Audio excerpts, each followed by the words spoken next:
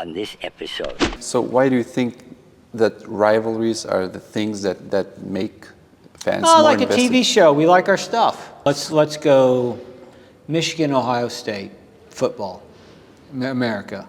I think you can lose your job if you lose that rivalry game too many times. You need a rival. You need a great game to keep people there, to buy more food, to buy more T-shirts, and so and so on. And if every game was 100-0, then you're not going to sell. It's no fun. Without the swall, there is no garden. Value must be shared. Only when shared, it grows. Enter the play of value.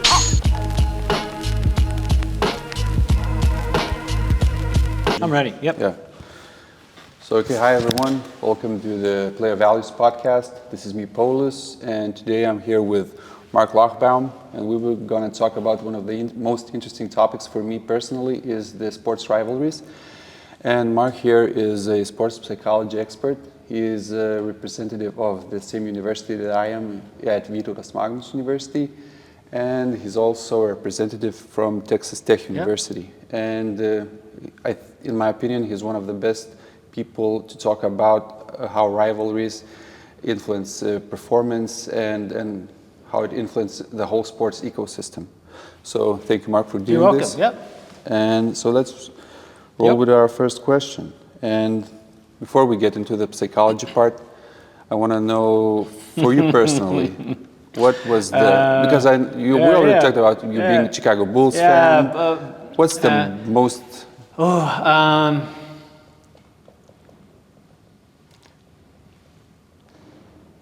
I'm going to go Bulls-Knicks. Okay. I'm going to go Bulls-Knicks. Jordan, Ewing. Yeah, I'm going to go Pippen, that era. It's easy to go... Pistons, Bulls? Pistons, Bulls was a good one. I'm going to change my answer. I'm going Bulls, Pacers. Bulls, Pacers? Bulls, Pacers. Okay. Yep. Reggie Miller? Yep, the 98, 90, that era. Oh, okay. Yeah, I'm going to go that era. Okay. Yeah, because I was a huge I'm a huge Bulls fan. Let's stop mix words. Yeah. I'm a huge Reggie Miller fan as well. Yeah, me too. Yeah, actually, huge. Yeah. And in my hometown in Illinois, easier and cheaper to drive to Indianapolis for a game than it would be.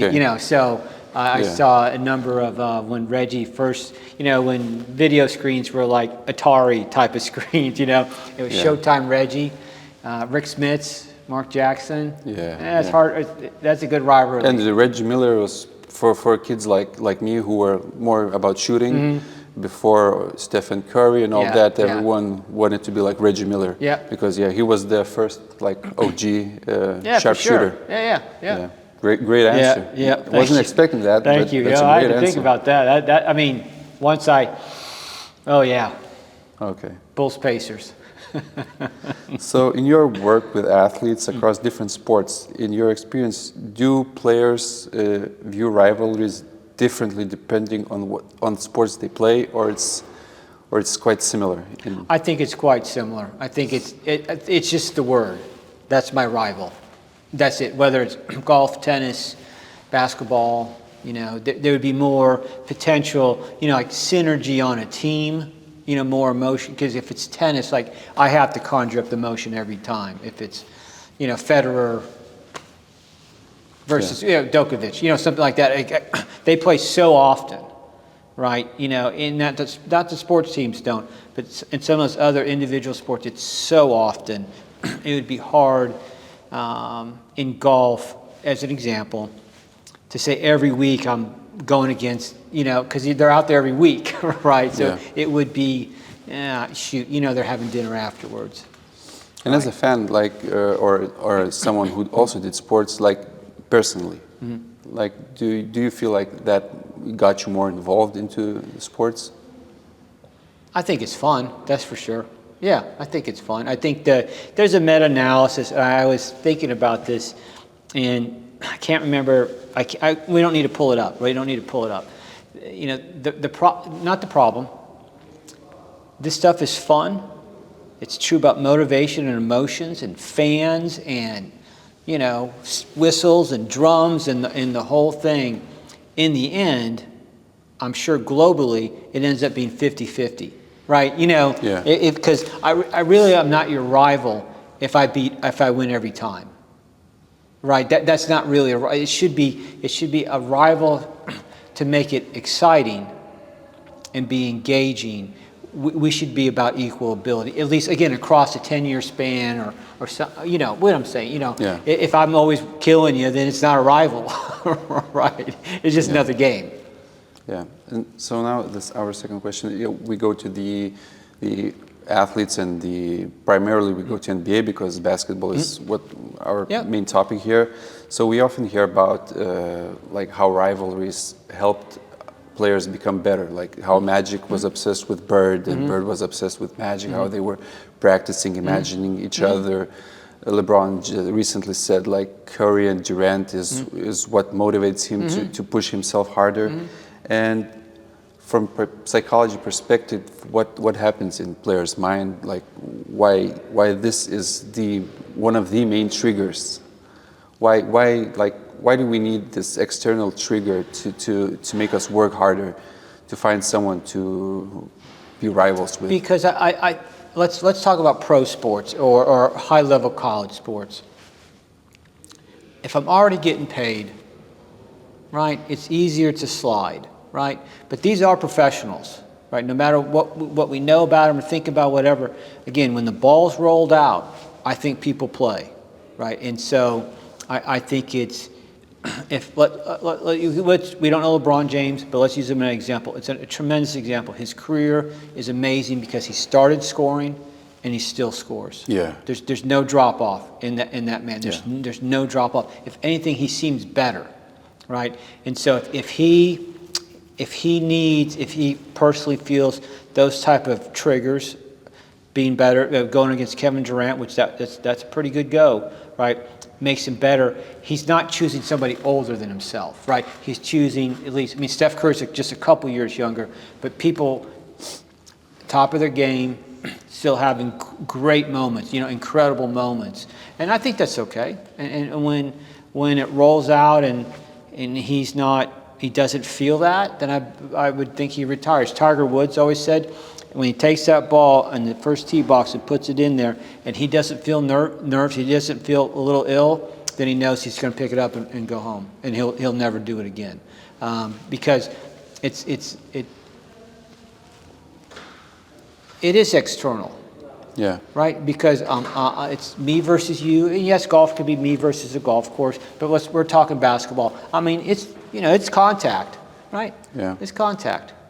And from your experience, is there like an actual scientific basis like that proves that competing against a rival pushes the player to perform just a tip better? I'm going to say no. No? I'm going to say no. I'm going to say, again, because of statistics across, again, let's say basketball, there's too many other variables involved. Okay. Right? That's the issue. Now, I don't know about tennis. This isn't a tennis podcast, but Federer, Djokovic, you think about those guys, and I can't remember because I like tennis, but I like basketball more. I can't think of their career stats against each other. And let's not talk about winning and losing, because somebody's got to win, somebody's got to lose. I don't know, first serve percentage. Okay. Something like that. That would be interesting to look at, and it could be interesting to see about with all the analytics in basketball. Maybe even whether the shot chart pattern is different in a rivalry game. Maybe I'm more conservative. I don't know what it would be, but that would be That's a great idea for research. Yeah, we could do that. Yeah, we should do that. Yeah, cut the podcast. Let's go, because that data is available. Yeah, exactly. Yeah, that's okay. Yeah. And now, does it go both ways? Can a rivalry become a mental block? If I'm the worst, if I'm not the better of the rival. Okay. For sure. Right. It's nerve-wracking because the fans, right? Again, I love the Instagrams of the Turkish basketball league of first practice, 16,000 people, all that, and then they go over to a first practice of an NBA game with birds tweeting, right? Because of the emotion that people put into basketball here, as we do on college sports. I mean, we have that. Midnight Madness. We got emotion in America. It's just not at the NBA level. Right. And do you think like do coaches have to handle this? Like, do you think? Yeah, they do. It's still the same game plan, right? I have to. We all have to put away. If I'm a coach, we have to put that away. Again, as an American, in love for basketball, I've never thought in a million years that it would be USA France as a men's women's finals. You know what I'm saying? Yeah. I've never. I mean, I don't know why I'd think about it. But is that our rival now for the next one? Is that for the next one? Like that's an interesting thought. But when you get there, whether it's pool play, gold medal round, I still have to go win the game. Yeah, but what I'm asking is should coaches, for example, try to create the feeling of a rivalry in order to motivate their team? No. I think the motivation is go win a game. Okay. I don't think, because again, people are adults, and that fake rah-rah would be seen as fake rah-rah. I think I saw a couple of the clips of the Netflix of the night Team USA thing, just a couple of the clips, and Durant et al. Say it's every second of it. Everyone wants to beat us. The moment you put that uniform on, it doesn't matter who it is. It's go time. So I don't think in certain situations there's no more motivation required.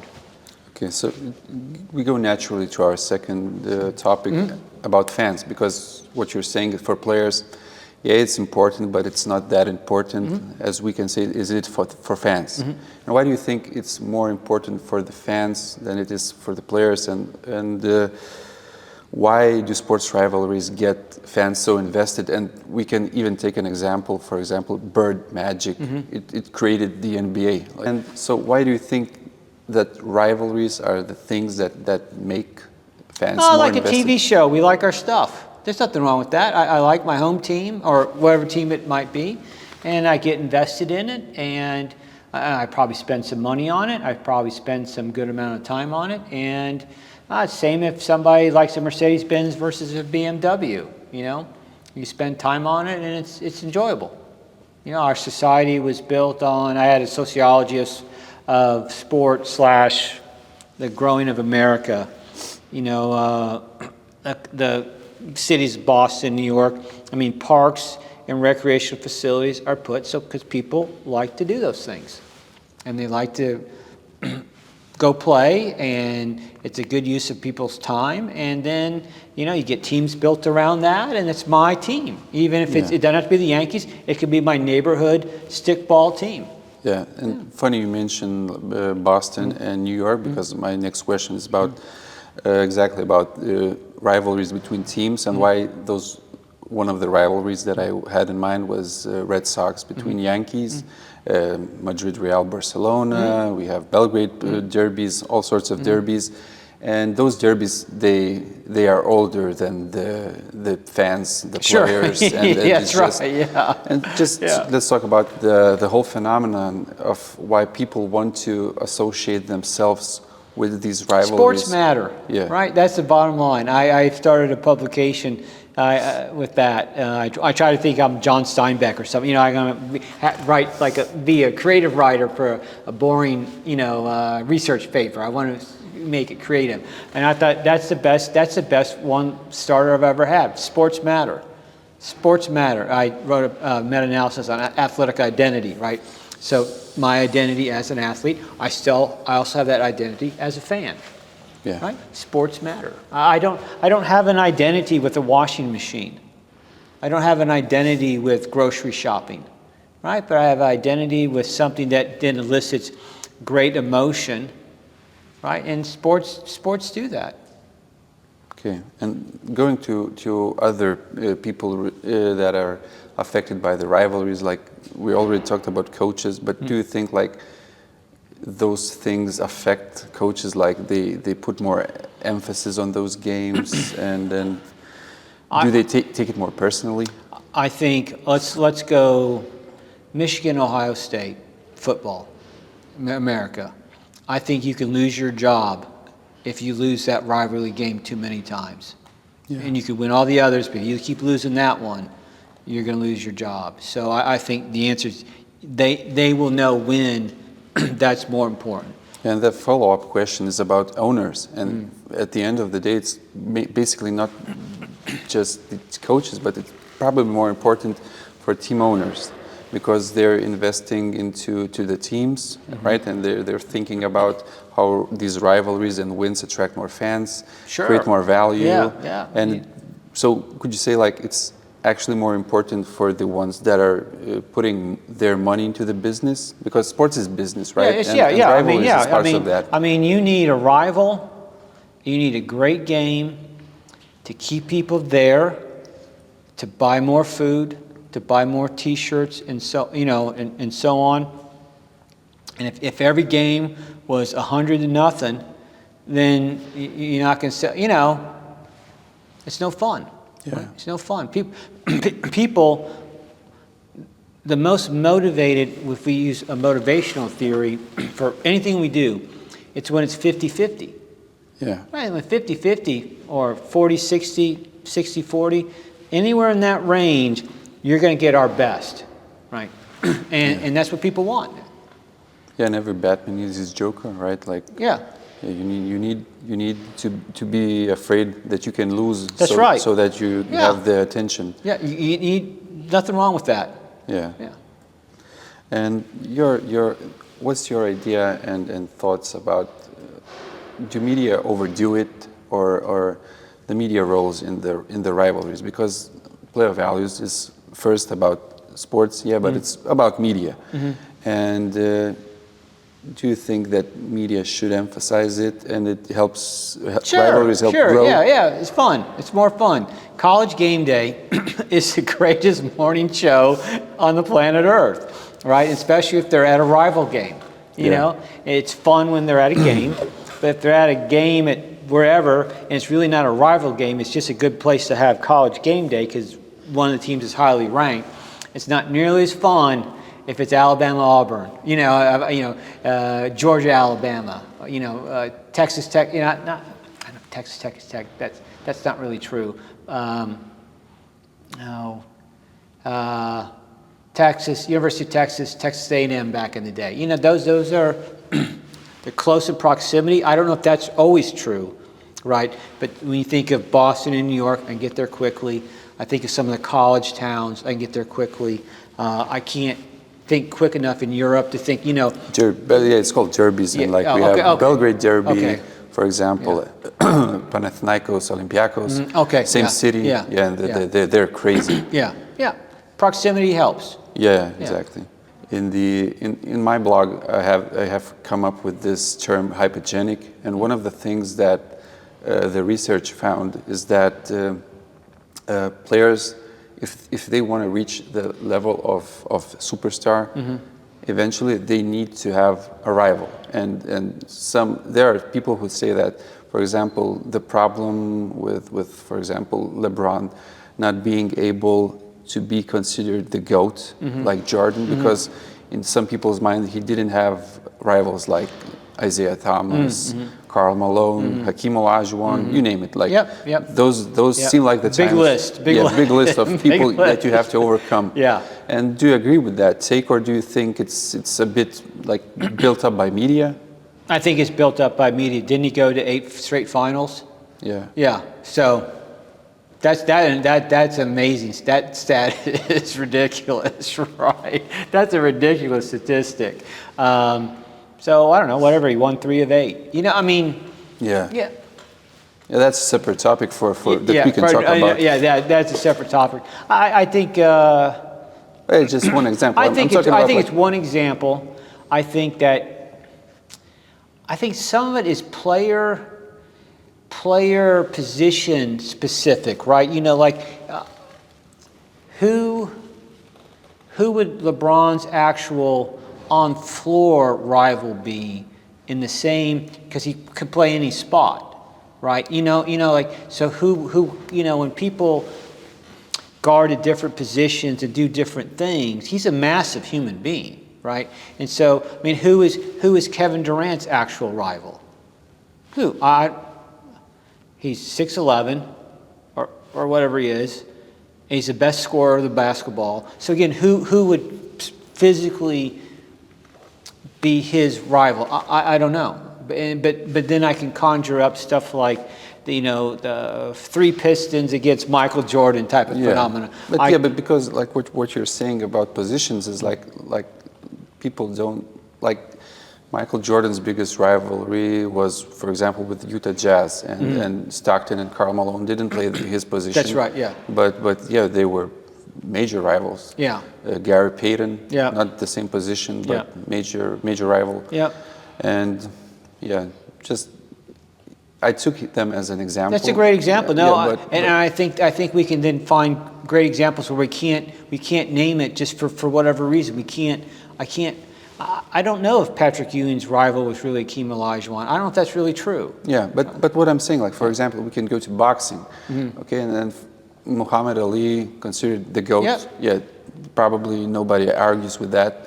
Even though he lost a bunch. Yeah, but he's the GOAT, and one of the reasons why he's the GOAT because in people's minds he defeated lots of great players, and some of the good boxers now. Even maybe they're better than he was, but because they don't have such good rivalries, they're not considered at the same level. Roy Jones Jr., guys like that. Floyd Mayweather, never lost, but you couldn't name one person that. Yeah, exactly. So mattered. And exactly if Floyd Mayweather would have had a loss, a real rival that he was afraid that he was going to lose. Yeah. Maybe he would be considered even better than he is considered now. Sure. Yep.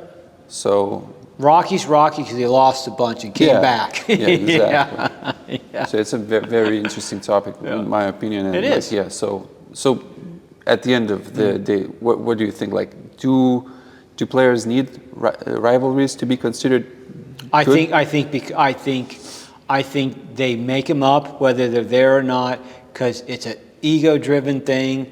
It's on the world stage, and I think it's just fine. Nobody likes being shown up, especially if you're a star, right? And so you would be more motivated to if ESPN, whatever the show is, to say, hey, I'm thinking so and so is ready to overtake whoever player X. The player X hears that, bingo, bingo. And now, do you think, like, in your opinion, can rivalries get too toxic? Like, can they? Oh, for fans, for sure. I think for fans. I mean, the violence, But yeah, for example, like these rivalries between players, where let's think Pacers, Pistons, in the Knicks, that era, Bill Laimbeer, Malice at the Palace. I think it's only toxic because it's in the playoffs and people see each other all the time, and it is 50-50, right? Those are big moments, and so, but I think we could have big moments.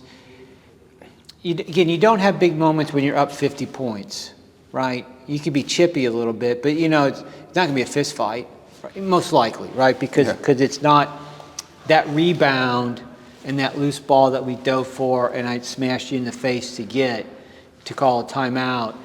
I'm up 50, I don't do it. Yeah. Yeah. Okay, so because what I was trying to get at is that, in my opinion, rivalries between players can get toxic. Yeah. And then, for example, the Malice at the Palace. And do you think, at the end of the day, like, for example, now NBA is trying to do all that they can for players not to be taunting each other, not to be showing their emotion towards each other, and in that way they're actually like making those potential rivalries and conflicts smaller, and they're trying to avoid that. And do you think it's a good thing or it's a bad thing? For example, for your personal view, do you like seeing emotion and players trash talking, taunting each other? And do you think that Adams... I think most people don't do that anyway. Like, I mean, I think there's conversation, but I think, like, you don't want 10 Ron Artests out there having a fight with a player, having a fight with someone in the stands, right? You don't want the person in the stand throwing a beer on somebody, calling them, you know, a name either. But I think it's okay to tone down. Again, we got to go back to thinking about the basics, which is hard to do because we enjoy sport. Children are watching it as well. Yeah. Right, so it's at some point there's got to be a filter. There shouldn't have to be a filter, you know, a movie rating to go to an NBA game. Okay, fair enough. Or see your point. Yeah. Okay, and so your final questions is, in your opinion, like in few words, why are rivalries such an enduring part of sports? What it is about a good rivalry that keeps us coming back?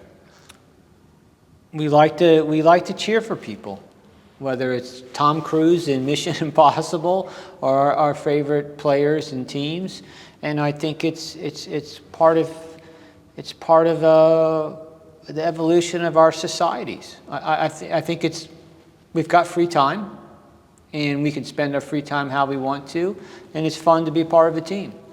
I think we're all team players in the end, right? It's a lot more fun to be on a team than to not.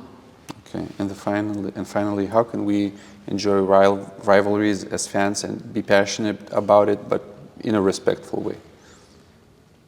Be respectful. I have a good friend from my hometown, somebody I've known for a long time, say to me that he had realized how he was hurting his mental health, physical health as well, about being so invested in his favorite teams and then the rival games, but so invested that he had to, like, you know, like detox from it and take himself out of it and not, you know, give away, not renew his season tickets, not do those type of things, and how much better he personally felt over those few years. I think we have to just judge our own isms, you know, how toxic ism would this going to be for me, or whatever it's going to be, and make our decisions. I will need his context because I have a problem with being a fan of Žalgiris. When Žalgiris loses, I can't sleep, I can't talk with my family, and it just makes me wild. And when they're winning, I'm... Yep, high as a kite. Yep. When he said that to me, he said it to me in golf. I'd go home to Illinois and see my mom and do stuff like that, and same group of guys, again, forever, you know, for a long time. And I guess I didn't, because I don't live there, I didn't realize he really had that problem, right? That there's an issue. I didn't see him that much. When he said it, I was like, because he asked me my level of involvement of things like that. I said, oh, after Jordan retired, 0. Because 0. I'm still depressed about that. So thank you, Mark, for this conversation. Yep. And thank you all for watching. It was a pleasure to talk with Mark about rivalries. And if you like what we're doing here, click subscribe, follow us on social media, and be part of Player Values. If even a drop of wisdom was gained, like and share. To complete the ritual, subscribe. Honor the algorithm.